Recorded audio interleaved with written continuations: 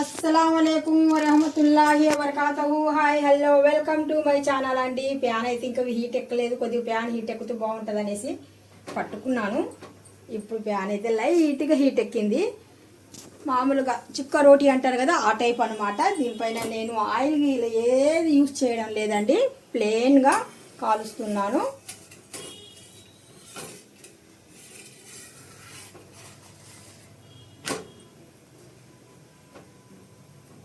Pure గోధుమ పిండి అంటే మనకు కలర్ ఇదే వస్తుంది. వైట్ అండ్ వైట్ వచ్చింది అనుకోని దాంట్లో కొద్దిగా కల్తీ ఉందనేసి మనం అనుకోవాలి.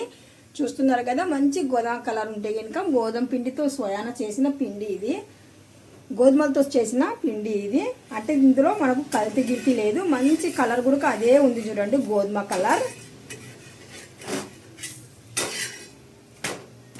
ఇక్కడ నేను ఆయిల్ అయితే కనుక పిండి కలిపేటప్పుడు జస్ట్ కొద్దిగా ఆయిల్ అయితే కనుక వేసాను. ఇంకా తర్వాత ఇంకా ఆయిల్ అనేది ఇక్కడ నేను రోటీ కాల్చేటప్పుడు వేయడం లేదు.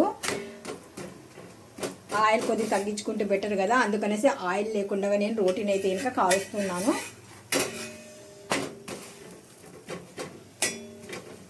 పిండిలో ఒకటే వేసాను, అయినా కానీ సరే పిండిలో వేసినా కానీ సరే రోటీ అనేది మనకు బాగా మెత్తగా వస్తుంది. పైన వచ్చేసి మంచి కలరు.